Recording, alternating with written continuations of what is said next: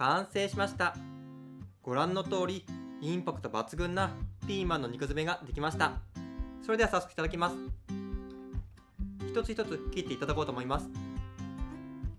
柔らかいんでね、お箸でもしっかり切れますね。ピーマンからお肉がはみ出していてボリューム満点な肉詰めができました。それではね、いただきます。おいしい。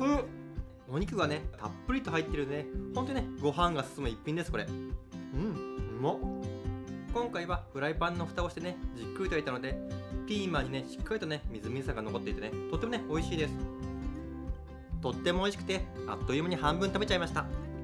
この料理を家族に振る舞った際は、まずこのインパクトのある見た目で驚いてくれましたし、食べてからもとっても美味しいと言ってくれて、また作ってほしいとリクエストしてくれました。レシピはいつも通りその概要欄にまとめてありますので、ぜひね皆さんも作ってみてください。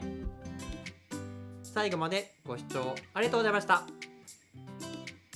このチャンネルではキャンプ場でも家でも簡単に作れる料理を紹介してます。